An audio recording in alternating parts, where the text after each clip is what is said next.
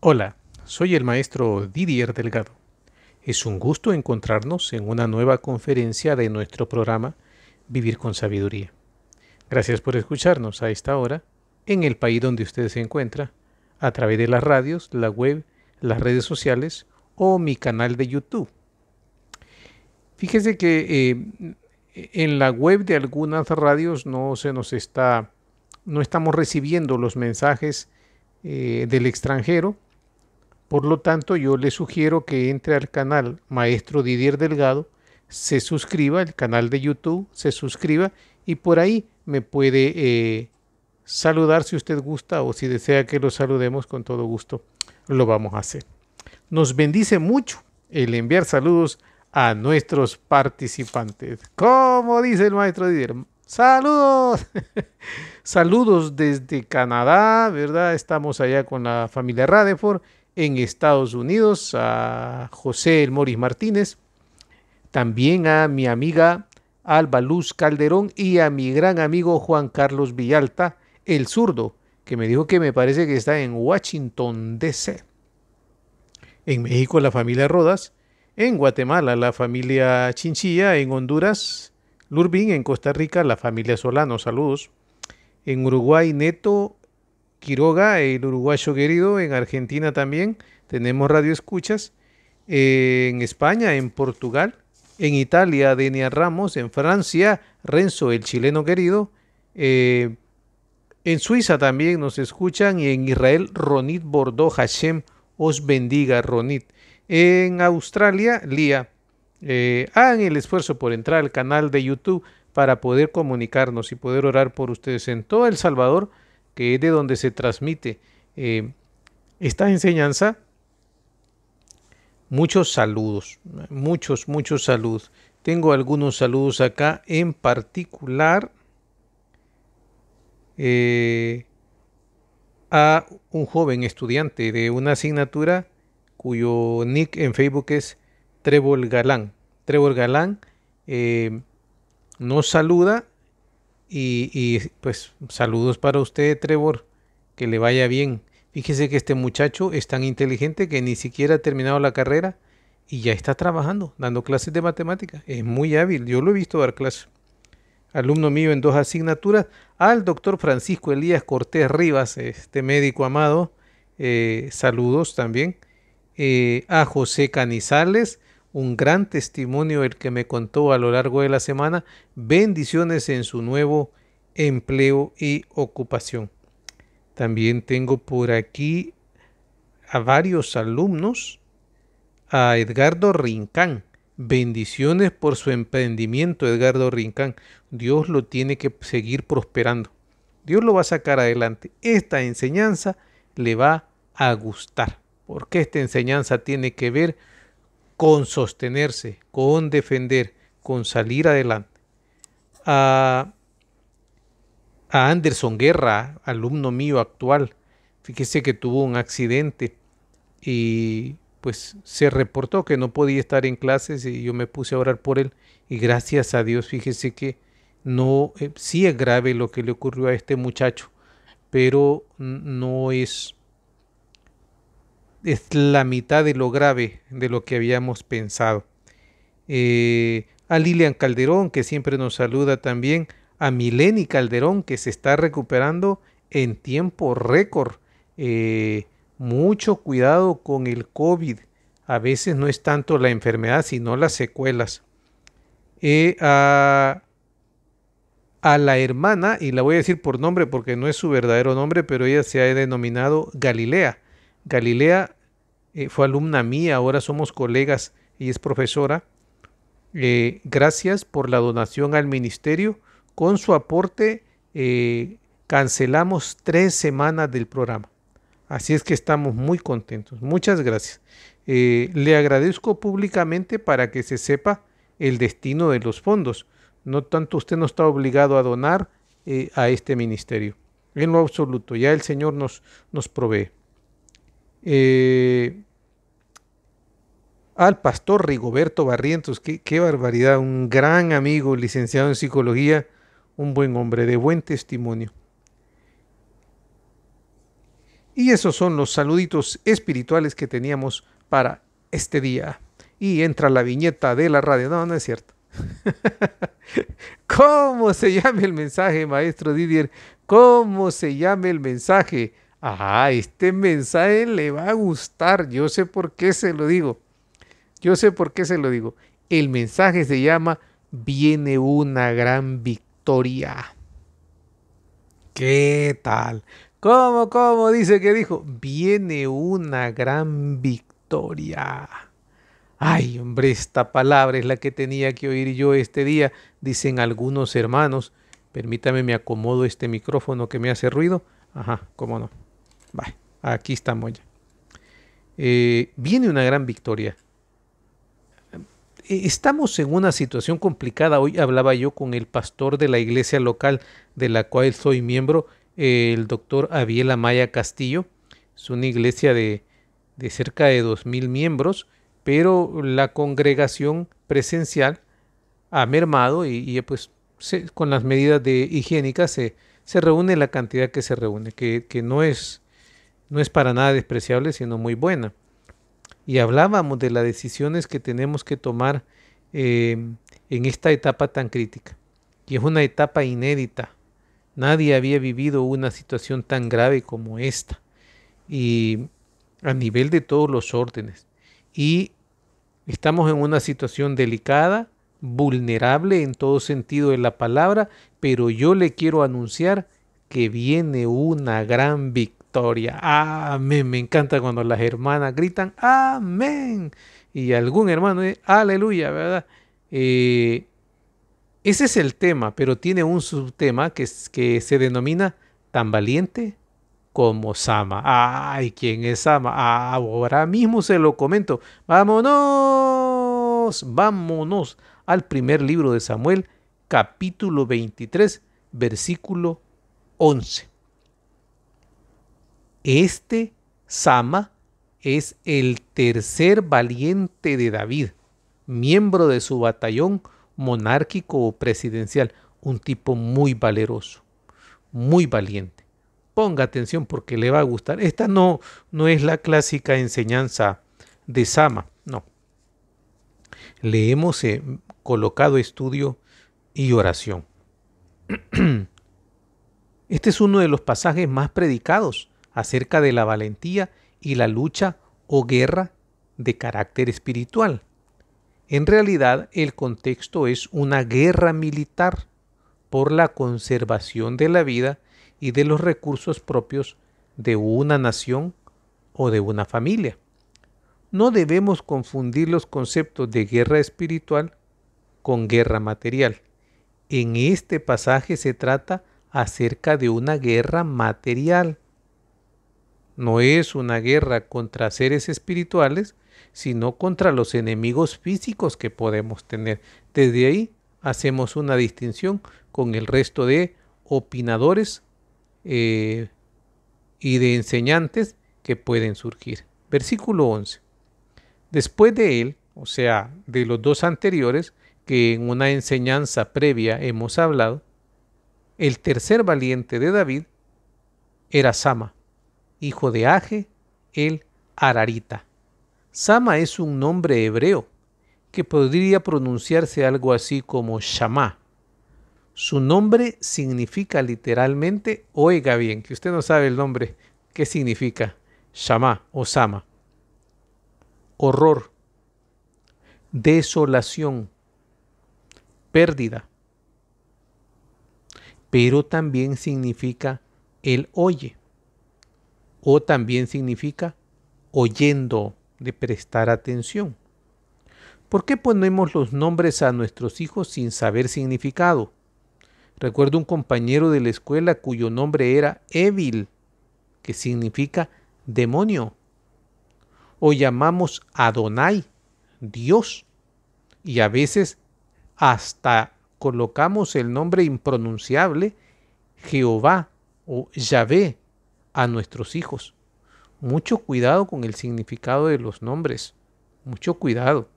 Hay que buscar nombres bonitos con un significado, no necesariamente hebreo, pero con un significado que encontremos en el diccionario de los nombres de las personas. No sabemos por qué circunstancia a Shammah o a Sama le llamaron horror o pérdida. No sabemos por qué a este valiente le conocían con este nombre que sus padres le habían dado. Quizá la época era muy complicada en el momento que él nació, tal como ocurre ahora con los niños que nacen a partir del 2019. No podemos denominarlos bebé de pandemia o niños COVID, porque eso los marca con una enfermedad. Recuerda los hijos de Ruth, de la prima de Booz, los hijos Quelión y Malión. Quelión significa quejisto o quejumbroso y Malión malo o enfermo. Deberíamos colocar nombres que signifiquen victoria para nuestros hijos. Nombres que signifiquen victoria, nombres que sean de combate. No les recomiendo yo nombres de artistas, ni de jugadores, deportistas, ni de políticos. No ponga esos nombres. ¿Por qué es pecado? No, porque luego cambian las personas. Pero también el nombre de Sama significa él oye. Uno puede optar por esta connotación. Sin duda, antes de este evento, Sama era conocido como el horror de los enemigos. ¡Ahí viene el horror! Recuerdo en la guerra de El Salvador, la guerra civil de la década de los 80, cuando decían ahí viene el apodo de algún comandante, fuera de la izquierda o de la derecha, el nombre de algún batallón, aquí viene el batallón, solo eso podía bajar la moral del ejército, de cualquiera de los dos. Y cuando decían Sama está ahí comandando esa columna, el horror se apoderaba de los enemigos. Pero luego fue conocido como él oye. En realidad, Dios oye nuestra angustia y nuestra necesidad de protección. Y Sama escuchó la angustia y la necesidad de protección de su pueblo. Podemos entender que esta época en la que vivimos ahora es de horror, de desolación a nivel mundial, por los diversos problemas que estamos afrontando. La salud se ha quebrantado, emocionalmente estamos deteriorados, económicamente los pronósticos no son halagüeños. Las personas están más violentas al conducir sus vehículos. Los sistemas políticos se tambalean por todo el mundo. Por todo el mundo, por donde usted vaya, Estados Unidos, México, Guatemala, en Honduras, Nicaragua, en El Salvador, hay una situación política delicada en la cual la oposición está siendo juzgada por acciones de sus gobiernos de los 30 años anteriores, y el actual gobierno a nivel internacional no es bien visto, pero a nivel nacional tiene una alta popularidad entre los ciudadanos y votantes. Entonces todo eso maltrata. En Colombia la situación es difícil. En Perú tienen un nuevo presidente, pero Keiko Fujimori prácticamente ganó la mitad de los votos. Es un país dividido. En la Argentina, renegociando su deuda. Bueno, podríamos poner muchos ejemplos geoeconómicos, pero está difícil la situación. Escasean los trabajos adecuadamente remunerados. Pagan muy poco, la gente físicamente no tiene dinero, pero cuando Sama crece, se convierte en un valiente. Deja de ser desolación y horror y se convierte en alguien que oye y que es sensible a las necesidades de su familia y su país. Quizás Sama era un niño travieso. Quizás desde pequeño ese niño era incómodo, molesto e indisciplinado. Pero muchas veces Dios prepara a estos niños para una gran labor. La Biblia nos dice que tiene un linaje descendiente de Age, de la región de Arad o Arod, por eso se le llama Ararita. El nombre es similar, Sama, es similar al del tercer hermano de David, hijo de Isaí. Yo me imagino que para David llamar Sama era hablarle a su hermano. Se sentía muy a gusto. Dice la siguiente parte del versículo. Cuando los filisteos se reunieron en Lehi, había allí una parcela de tierra sembrada de lentejas. La palabra nos cuenta que los filisteos estaban reunidos en el valle de Lehi. Aquellos eran campos de cultivo que los filisteos habían asolado y robado, quitando el fruto del trabajo de los agricultores israelitas. Lo mismo hacen los dueños del mundo, servidores del Dios dinero, quienes se roban nuestro trabajo, dejando poco para el sustento familiar. Mire, si usted tiene una empresa y puede pagar mejor, hágalo. Hágalo. No adore al Dios dinero. Pensemos por un momento. Mire, y a nivel mundial se acabó el dinero. ¿O quién lo tiene guardado? ¿Cómo los grandes potentados del mundo pueden acumular y engordar y sanar a costa de la delgadez, la pobreza y la enfermedad del planeta entero? Uy, al maestro Didier se le salió el revolucionario. Es que es verdad. No es posible que haya gente asquerosamente ricos, que son muy pocos, y una mayoría de gente que está soportando los embates de esta situación. Esta tercera guerra mundial provocada entre las potencias del norte, oriente y occidente nos deja a nosotros con tan solo un pequeño campo de lentejas que representa la bendición material. Es lo último que nos queda. Es el sustento.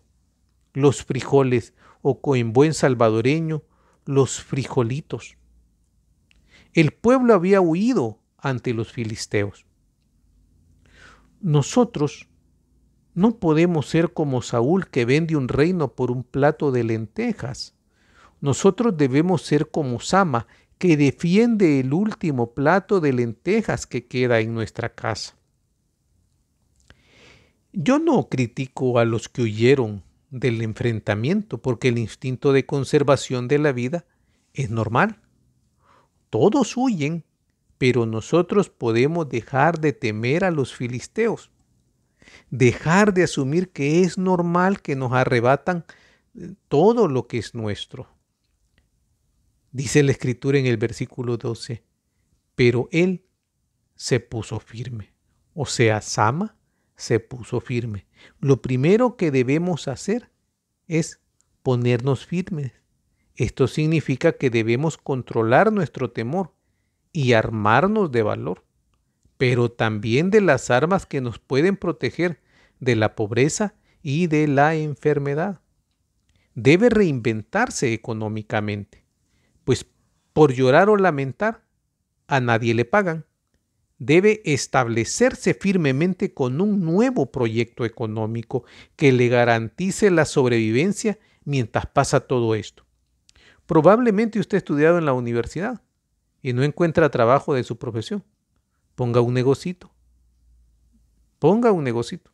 Pero mire, yo no sé cómo. Ponerse firme significa estar preparado, armado para el combate.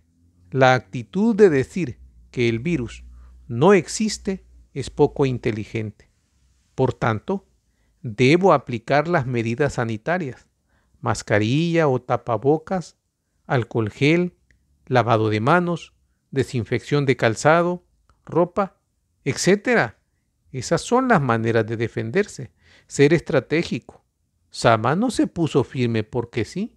Desde antes él estaba firme en la fe de que Dios le apoyaría. Él ya era un valiente. Antes de esta situación, él entrenaba todos los días con su espada, con su lanza. No es así nomás que uno se pone de pie. Uno se pone de pie armado contra el enemigo. Y se puso de pie ¿a dónde? ¿Dónde se plantó Sama? En medio de la parcela de lentejas. La parcela significa sus bendiciones materiales, su comida, su terreno, su espacio, su casa, su familia, su vehículo, sus títulos, sus grados académicos, pero también sus conocimientos de subsistencia. Así que lo segundo que debemos hacer después de ponernos firmes es pararnos en las competencias que tenemos para trabajar. Debe pararse en medio de sus conocimientos y habilidades, hacer inventario de ellos y a partir de ahí defender la comida de su familia. Si usted no se pone a defender la comida de su familia, nadie se la va a defender. Los gobiernos están descapitalizados. No esté esperando que le manden comida. Pero está peligroso para salir. Haga algo desde su casa. Deberá entrar en profunda meditación, lectura y oración, pero también capacitarse para la lucha comercial de su proyecto. Tomar clases, preguntar, observar. ¿Qué sabe hacer usted? Fíjese que un colega que fue alumno mío me escribió y me dice, mire maestro, está mal que lo diga, pero yo ahora estoy mejor que antes de la pandemia, porque ante la situación y el salario que tengo como profesor, pues no íbamos a sobrevivir. Entonces me puse y me contó su negocio. Y le dije, ¿y usted ya sabía esto? Fíjese que mi hermana siempre ha tenido un negocio de productos y yo viéndola a ella crecí en eso, pero me hice profesor. Ahora lo rescaté y lo tengo de nuevo ahora. ¿Y cuál es su proyecto? Le digo, mire, yo logré asociar a todos los repartidores a domicilio y hemos formado un solo clúster y yo lo dirijo. Dije, ¿pero usted ha estudiado para eso? No, no. Y me quedé pensando yo, este muchacho desarrolló esta nueva habilidad. No se quedó con los brazos cruzados. ¿Qué dice la escritura?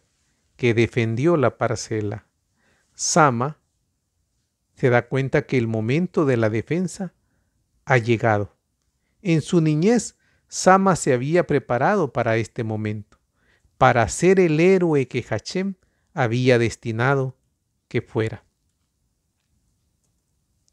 Imagino yo a Sama con mucha rabia de saber que sus hijos se quedarían sin sus lentejas. Casi lo veo con lágrimas de furia y gritando todo tipo de cosas a los filisteos. Los reta a que le quiten su bendición material. Recuerda al rey David cuando se enfrenta a Goliat y todo lo que Goliat le insulta. Y sin embargo David también le insulta porque lo que le dice David no es bonito. Y lo que David hace con Goliat no es evangelizarlo. Lo que David hace con Goliat es decirle que es un perro, un incircunciso, un blasfemo, y que le va a cortar la cabeza y va a dar de comer a las aves de los cielos su cuerpo. No, hombre, esas aves de los cielos, el gran Goliat sirvió como 7 días ahí para alimentación de las aves, porque era enorme el tipo. Pero piense usted que David no llevaba una espada. Cuando David le dice, te voy a cortar la cabeza, le está diciendo, con tu misma espada, te voy a cortar la cabeza, te voy a decapitar. Sama está ahí pensando en sus hijos, en su familia, en su pueblo. Está gritando, está molesto, está tenso y reta.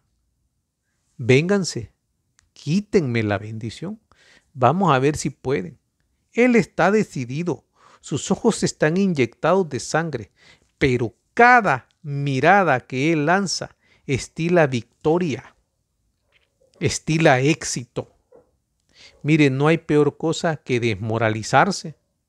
No hay peor cosa que lamentarse. Dejé una materia en la universidad. Yo quizás ya no voy a seguir. Me despidieron. Yo quizás ya no. De aquí en adelante me enfermé. Mira qué mal le he quedado. Mire, no hay peor cosa que desmoralizarse. ¿Qué es lo mejor que podemos hacer? Defendernos. Establezca en su mente una barrera. Dígase a usted mismo que usted va a tener la victoria. Sí, probablemente. Son muchos los filisteos que vienen contra usted, pero el texto dice que Sama defendió la parcela derrotando a los filisteos. Cada filisteo que se atrevió a desafiar a Sama sirvió de abono en aquel campo de cultivo. Para comerse esos frijoles, los hebreos tuvieron que limpiar la sangre que derramaron los enemigos.